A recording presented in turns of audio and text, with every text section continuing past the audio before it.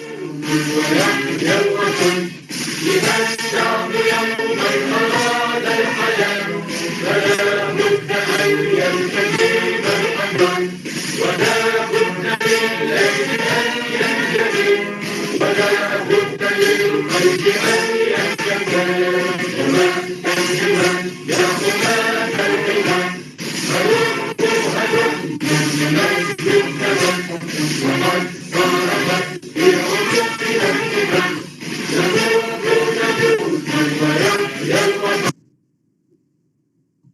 Oui, il n'y a pas plus émouvant que de commencer par l'hymne national.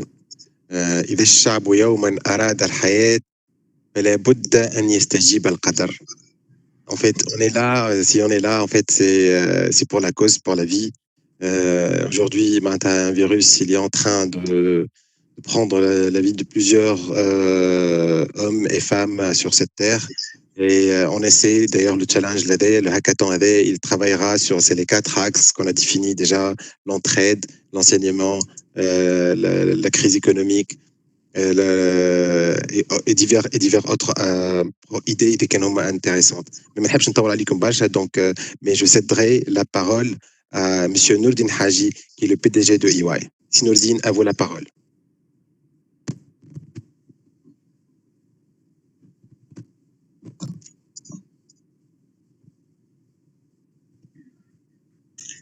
Le micro, Nahi, oui, laisse-moi fixer. Vous m'entendez?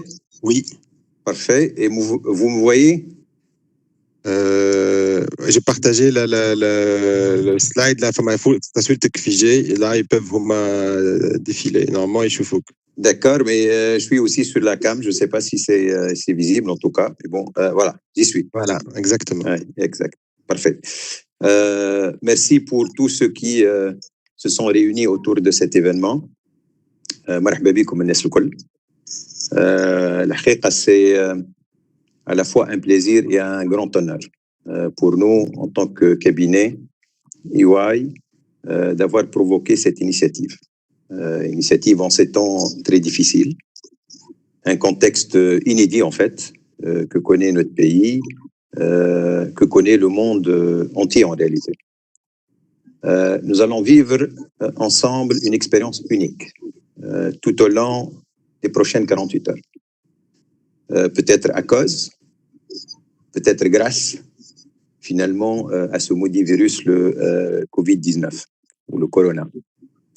Doit-on aller jusqu'à dire merci Corona de nous avoir réunis si nombreux autour de cette initiative?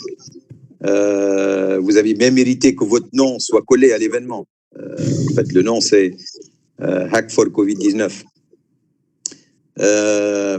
En fait, ce que je lis aujourd'hui, parce qu'on parle un peu d'actualité, ce que je lis aujourd'hui dans un des posts sur Facebook d'un ami, il dit ceci, après 15 jours de confinement, la CNSS, après 10 ans d'archaïsme, a réussi en 3 jours à mettre en place une procédure de déclaration en ligne. Et la signature légalisée n'est plus exigée.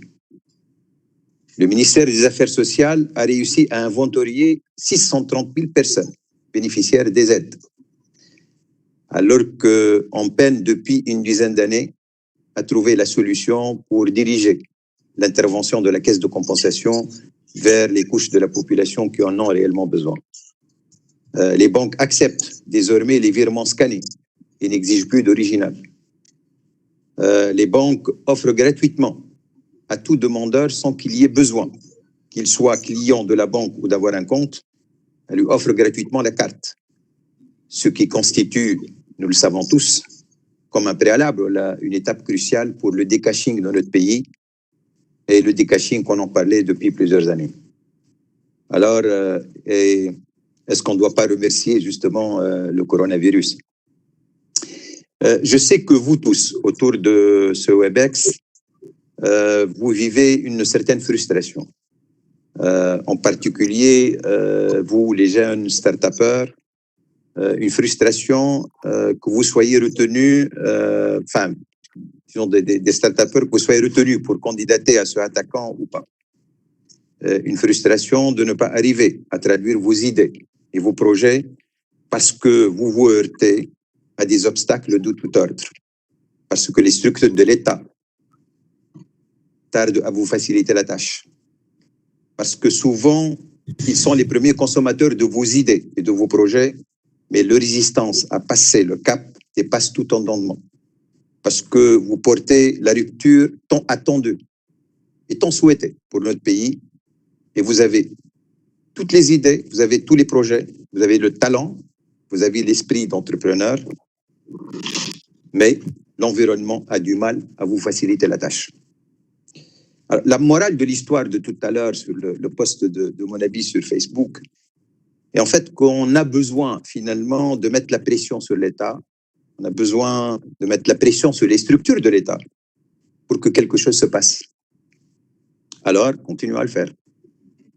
Et nous allons le faire ensemble pendant ce attaquant de 48 heures, mais surtout, nous allons le faire ensemble après ce attaquant de 48 heures pour que vos idées, pour que vos projets soient concrétisés, en particulier les projets qui seront primés à l'issue de ce concours. Lorsque je vois la file d'attente et les personnes entassées par centaines, aujourd'hui même, je ne sais pas si vous l'avez vu, devant les bureaux de poste à Tbarqa et ailleurs, pour toucher l'aide que le chef de gouvernement leur avait promis hier soir, alors que le confinement, alors que la distanciation sociale sont de rigueur. Lorsque je vois ça aujourd'hui, je me dis qu'il y a bien des choses qui auraient dû être faites. Mais il n'est jamais trop tard pour bien faire. Je m'adresse alors à nos candidats dans ce attaquant, sur les sujets d'entraide, sur les sujets de santé, sur les sujets d'éducation, sur les sujets d'économie de crise. Allumez votre passion. Light your fire. Et surprenez-nous avec vos solutions. On s'occupe du reste. Je voudrais, en ce mot d'introduction, remercier l'équipe en charge de notre lab d'innovation, de notre cabinet EY, pour avoir porté ce projet et pour avoir travaillé si dur ces derniers jours pour le réaliser. Je voudrais également remercier tous les partenaires qui se sont joints à nous. Vineuron, IBM, Flat6 Labs, Technopark El Ghazel, la Fédération nationale du numérique, l'association des startups, 5 Point, Go My Code, Injaz Al Arab, Esprit, Subcom, le PNUD, le Croissant Rouge, et j'espère n'avoir oublié personne et n'avoir oublié aucune institution. Je voudrais remercier les professionnels, les experts qui ont accepté de se joindre à nous pour faire le mentoring des équipes candidates et ceux et celles qui ont accepté de siéger dans le jury. Je voudrais enfin remercier les acteurs principaux de cet événement, les candidats porteurs d'idées et de projets. Qu'ils aient été retenus pour le concours final ou pas. On se réjouit de l'afflux des candidatures que nous avons reçues depuis que nous avons lancé cette initiative, il y a à peine quelques jours. Plus de 300 candidatures. Ce qui témoigne encore une fois de la richesse de notre matière grise talentueuse. Je souhaite bonne chance à tous les candidats. Je souhaite plein succès à cet événement inédit, 100% en ligne. Alors, let's go. Merci beaucoup.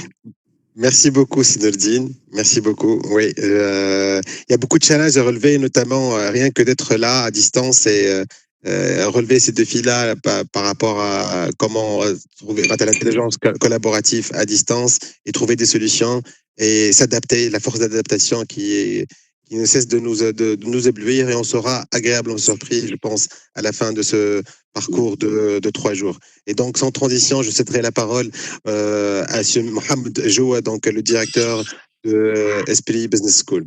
Si Mohamed, à vous la parole pour nous parler de recherche et développement à l'ère du Covid-19. Si Mohamed, le micro, si vous pouvez le désactiver, l'autre.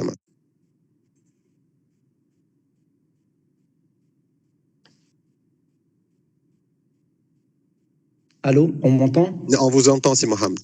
Très bien.